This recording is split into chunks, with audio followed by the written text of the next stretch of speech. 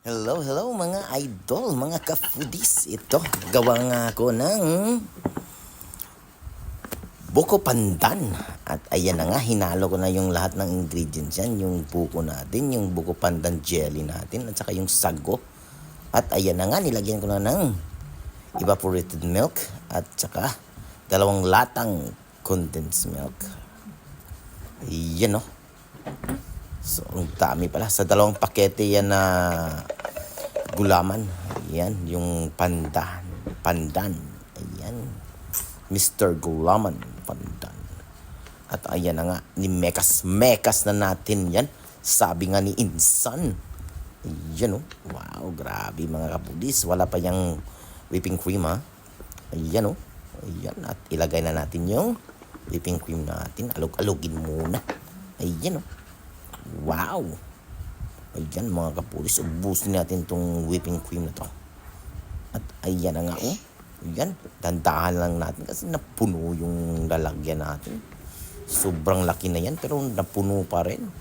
At ayan na nga mga kapulis oh. Yan mga kapulis. Wow! Ilipat natin yung ibang mga kapulis kasi puno na. Hindi na natin malagay yung whipping cream natin. Ayan oh. Ayan. Mekas na yan. Insan. Yan. Lagyan natin pa ng whipping cream. Yan. Mamaya. Yun.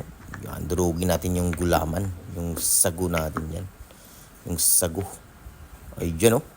Wow. Lipat natin sa ibang lagayin yung iba mga kapulis. Para mamix natin ng maayos. At ayan na nga. Mekas natin ulit yan. At lagyan na natin ng ibos natin lahat ng whipping cream dyan.